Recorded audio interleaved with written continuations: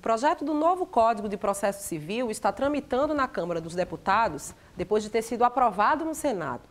Especialistas afirmam que nunca houve, desde a Constituição de 88, uma legislação tão debatida. Eu conversei com o professor Pedro Henrique Nogueira sobre o novo texto que poderá substituir o atual, prestes a completar 40 anos. Olá, hoje a gente vai conversar com o professor e advogado, doutor em processo civil, Pedro Henrique Nogueira. Nosso bate-papo será sobre a reforma do Código de Processo Civil. Bom dia, professor. Quais são as principais mudanças e benefícios dessa reforma? Nós poderíamos dizer que um dos pontos importantes, um dos pontos que representa de fato uma inovação, é o tratamento que vai ser dado, o que pretende ser dado às demandas de massa, aos litígios de massa, porque o nosso sistema, nosso Código de Processo Civil, que está em vigor, é de 1973 e não fazia frente a esse tipo de demanda, esse tipo de litígio próprio de sociedades de massa, sociedades de consumo. A preocupação é justamente simplificar, eliminar formalidades, de modo que o processo possa ser encerrado rapidamente, o processo possa ser compreendido mais facilmente pelas pessoas. A questão dos litígios de massa, que também são chamados de demandas repetitivas, parece ser a grande discussão dessa reforma. Como é que vai ficar na prática depois do novo texto?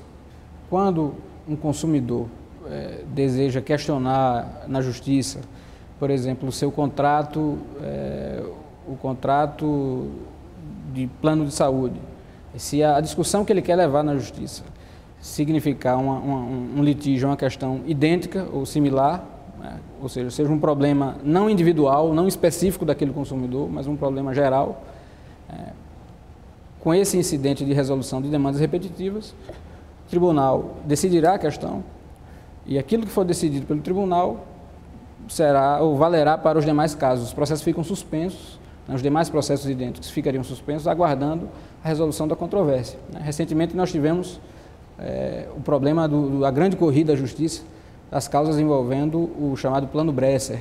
Muitos consumidores procuraram o judiciário no intuito de receber os chamados expurgos inflacionários. Isso é um exemplo desse tipo de demanda. São milhares de demandas absolutamente idênticas.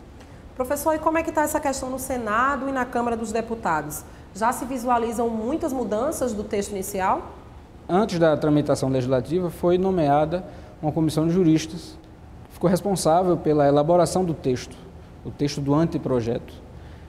Então, o texto do anteprojeto foi apresentado ao Senado.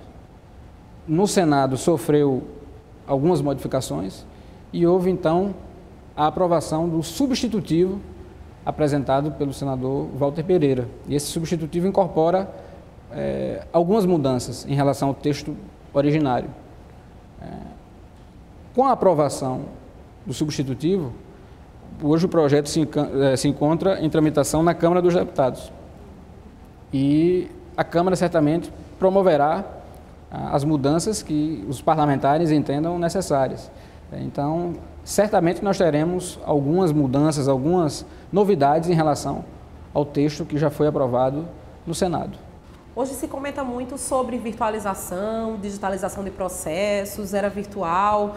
O código realmente está pronto para essa nova era? O projeto do Código de Processo Civil não regula, como muitos gostariam, o processo eletrônico, o processo virtual. E esse é um dos pontos objeto de crítica. A justificativa dessa omissão seria justamente a dificuldade de se dar um tratamento perene ao processo virtual. Porque às vezes é complicado você adotar uma técnica que daqui a 5 ou 6 anos possa se tornar obsoleta. E o propósito de uma legislação codificada é justamente a permanência, ou pelo menos que aquela legislação vigore por um largo espaço de tempo. Então essa é uma das justificativas para que o Código não entre na regulamentação dessas questões do processo eletrônico. Mas muitos defendem que esse é um ponto negativo do Código, porque o Código perde a oportunidade de disciplinar. Nós já temos uma lei que disciplina o processo eletrônico, mas é uma lei que também deixa a desejar ou deixa de regulamentar muitos pontos importantes. E nós corremos o risco, de fato, que o código seja aprovado e encontre, a partir do início de sua vigência, uma proliferação de processos eletrônicos. E o nosso bate-papo vai terminando por aqui. Agradecemos a presença do professor Pedro Henrique. Obrigada, professor. Obrigado, estou sempre à disposição.